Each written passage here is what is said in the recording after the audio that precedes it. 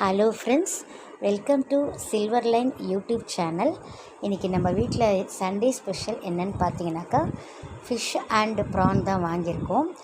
பாருங்கள் எவ்வளோ ஃப்ரெஷ்ஷாக இருக்குது.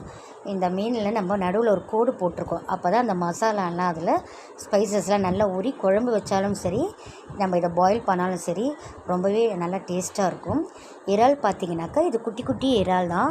இந்த டைகர் இறால்னு சொல்லுவாங்கள்ல, அந்த மாதிரி பெருசெலாம் நாங்கள் வாங்கலை. இது பூச்சி இறால்னு சொல்லுவாங்க. இது டேஸ்ட் ரொம்ப சூப்பராகவே இருக்கும். இதை க்ளீன் பண்ணுறது கொஞ்சம் கஷ்டம்தான். அந்த நடுவில் ஒரு பிளாக் கலரில் வெயின் அந்த நரம்பு மாதிரி இருக்கும்ல, அது மெயினாக எடுக்கணும். அது எடுத்தால் தான் ரொம்ப நல்லது. பாருங்கள், இதை நல்லா ஆஞ்சி எடுத்தாச்சு, க்ளீன் பண்ணிவிட்டேன். இப்போ நம்ம என்ன பண்ணோம், ஜஸ்ட் ஒரு பிஞ்ச் ஆஃப் அந்த டர்மரிக் பவுடர், மஞ்சள் தூள் போட்டு இதை நல்லா ஒரு 4-5 முறை நம்ம வாஷ் பண்ணுறோம். பாருங்கள், இப்போ அந்த தண்ணிலாம் எவ்வளோ க்ளீனாக இருக்குது.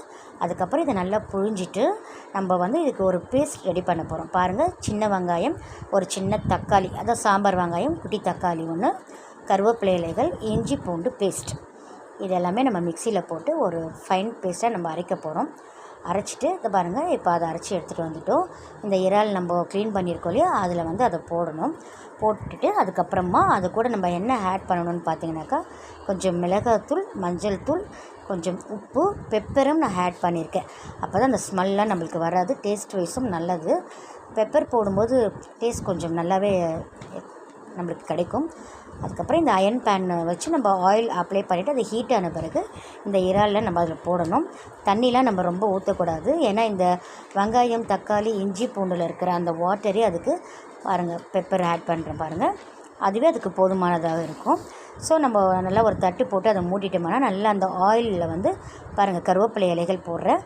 நல்லா அது நம்மளுக்கு ஃப்ரை ஆகி நல்லா கோல்டன் ப்ரௌனில் வரும்.